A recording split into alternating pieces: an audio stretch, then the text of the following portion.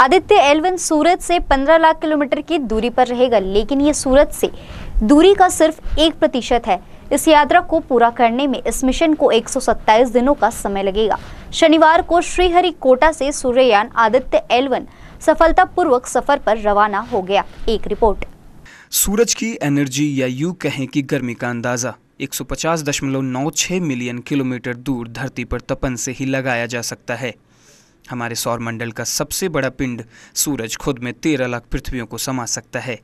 इससे साफ हो जाता है कि सूरज खुद में कितने रहस्य छिपाए हुए हैं।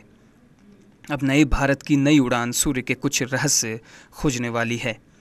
भारत का सूर्ययान आदित्य L1 सूर्य के रहस्य को खोजने के लिए आज श्रीहरिकोटा प्रक्षेपण केंद्र से अपने तय समय पर लॉन्च पैड से रवाना कर दिया गया। इस पूरे मिशन पर भले ही आदित्य L1 सूरज से 15 लाख किलोमीटर की दूरी पर रहेगा, लेकिन ये सूरज से दूरी का सिर्फ 1% है। इस यात्रा को पूरा करने में इस मिशन को 127 दिनों का समय लगेगा। सूरज का अध्ययन करने के लिए पहले भी कई स्पेसक्राफ्ट भेजे गए हैं। ये भारत का पहला मिशन है। मिशन आदित्य L1 की तैयारी करने वाले वैज्ञानिकों का दावा है कि भारत के इस मिशन पर लगे उपकरण अब तक सारे मिशन से बेहतर हैं और इससे सूरज की स्टडी करने में ज़्यादा आसानी होगी। सूर्ययान का मिशन सफल हुआ तो भारत सूर्य पर अध्ययन करने वाला दुनिया का तीसरा देश बन जाएगा। ये हमारे भारतवर्ष के लिए बहुत ही महत्वपूर्ण और बहुरुचित गौरव का ये क्षण है, पल है कि 11:50 पर आज जो है सूर्ययान के रूप में इसरो के द्वारा जो है ये लॉन्च किया गया है। जैसे कि हम सभी को ये विदित है कि 15 करोड़ 100 करोड़ जो है वो दूरी पर जो है सूर्य स्थापित है और करीबन 15 लाख किलोमीटर तक ये जो है अपना L1 वहाँ तक पहुँचेगी और वहाँ जाने के बाद जो गुरुत्वाकर्षण जो पृथ्वी में है तो वहाँ पहुँचने के बाद वो ख़त्म हो जाएगा, तो वहाँ उसको स्थापित करेंगे और स्थापित करने के बाद सूर्य के जो प्रकाश से हम किस किस क्षेत्र में आगे उन्नति कर सकते हैं, चाहे वो स्वास्थ्य के क्षेत्र में हो, चाहे सैटेलाइट को लेकर के हो, चाहे अन्य प्रकार के ऊर्जा में कैसे हम विकास कर सकते हैं, इन सारी चीज़ों पर वो जानकारी हासिल करेंगे और इसमें ये देखना है कि हम उसके फ़ायदा किस किस क्षेत्र में ला सकते हैं। भारतवर्ष के लिए बहुत ही गौरव का विषय है कि पहले भी हमारे यहाँ के जो वैज्ञानिक तो लोग थे और ख़ास करके खगोल शास्त्री लोग थे, ये सारे लोग उस क्षेत्र में अंतरिक्ष के क्षेत्र में महत्वपूर्ण रूप से उनका योगदान रहा है।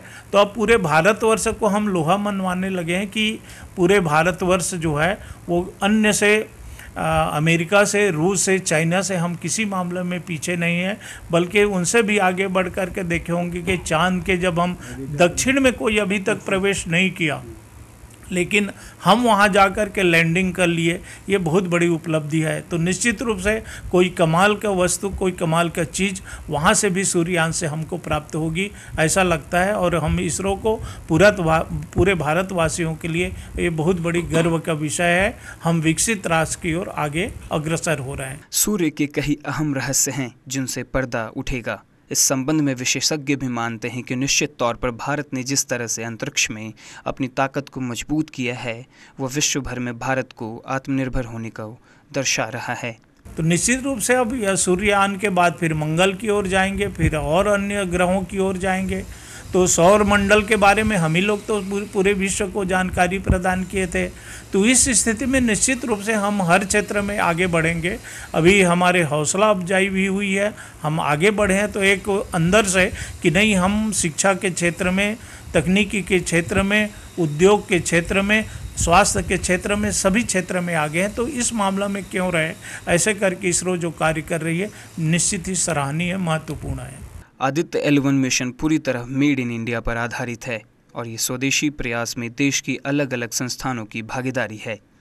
Visible emission line coronagraph VLC को बेंगलुरु के Indian institute of astrophysics IIA ने तैयार किया है, जबकि solar ultraviolet imager SUIT payload को पुणे की inter university centre for astronomy and astrophysics IUCAA ने बनाया है।